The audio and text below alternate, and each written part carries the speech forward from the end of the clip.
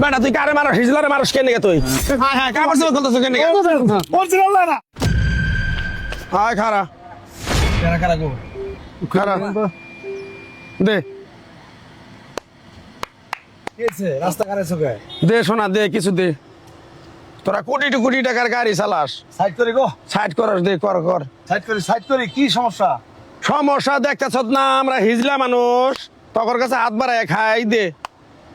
দে গরু মাতে আর কি দিমু টেহা দে